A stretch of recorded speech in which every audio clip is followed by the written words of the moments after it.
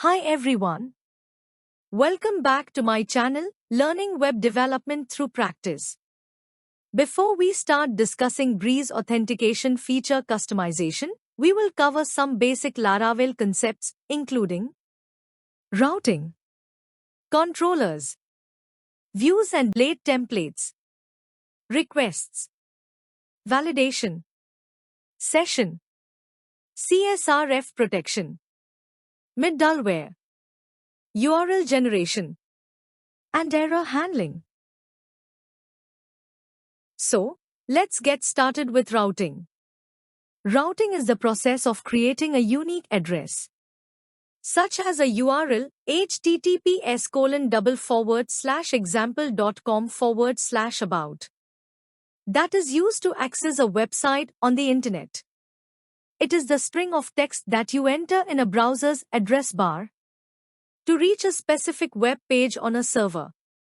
In Laravel 11, routing can be defined using HTTP requests like get, post, put, and delete, and then associating them with a controller class name and a function name, along with a view blade template.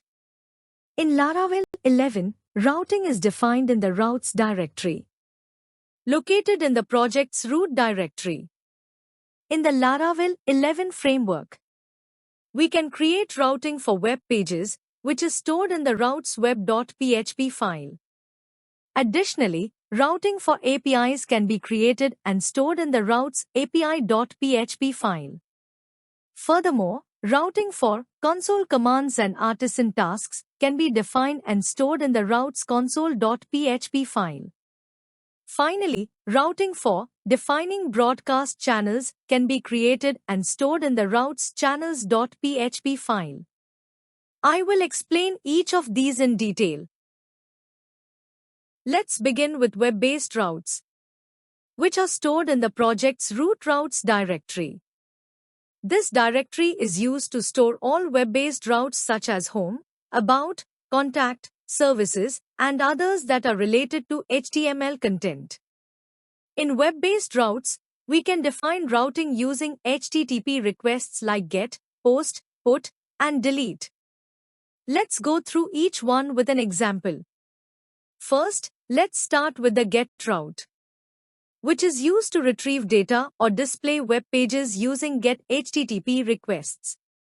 For example, displaying the home page or retrieving data using the AJAX GET method. In Laravel, routes are defined using the GET method, where we can directly call HTML content blade templates using the view helper. In the following example, before defining the route for the home page, we need to add the route facades at the top of the code. After that, we can define the route using the GET method.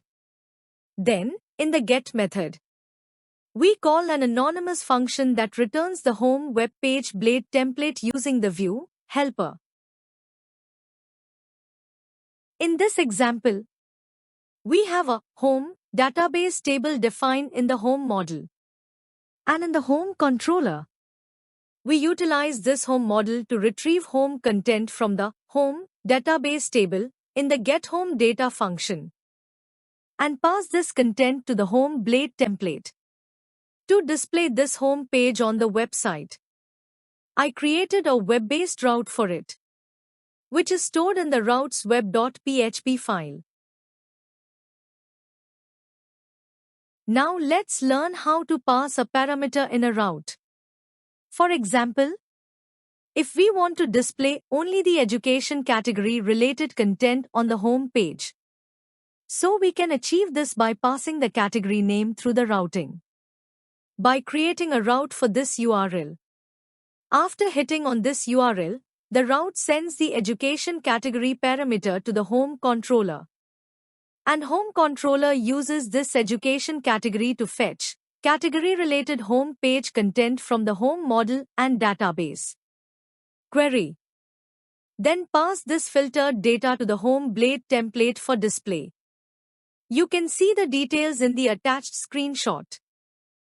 Let's discuss post method routing. For example, Consider a register form used to collect username, email, and password. So we create a route to store user information after the registration form is submitted. First, we create a route to display the register form using the get method and the register user controller with the create function along with the register route name. Next, we create a route to save user information after the register form is submitted using the post method and the register user controller with the store function. Both routes return the same URL but use different HTTP methods. After the register form is submitted, it will hit the post route, sending the post data to the registered user controller. The registered user controller will validate this data and store it in the user table using the user model and a database query. I hope you understand the previous post route.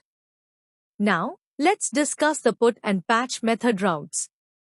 The put method is used to update existing records, while patch is used to update existing records with specified fields.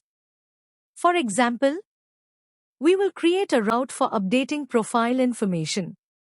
First, create a route to display the updated profile information form using the get method and the profile controller with an edit function, along with an edit route name.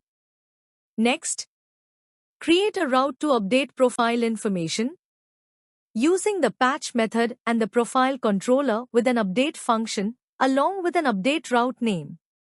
After that, write the route name update in the form action.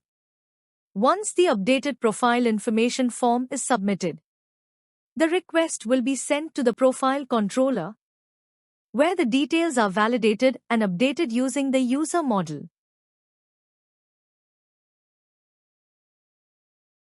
I hope you understood the previous put and patch routes. Now, let's discuss the delete method routes. The delete method is used to delete an existing record. Let's create a route to delete a user account using the delete method and the profile controller with a destroy function along with a destroy route name. After that, add the delete route name to the delete button action. When the delete button is clicked, the request is sent to the profile controller, where the details are validated and the user is deleted using the user model. I hope you understand all the concepts of Laravel routing. In the next video, we will learn about controllers, models, blade templates, requests, and form validation. Please don't forget to like, comment, and subscribe to my channel.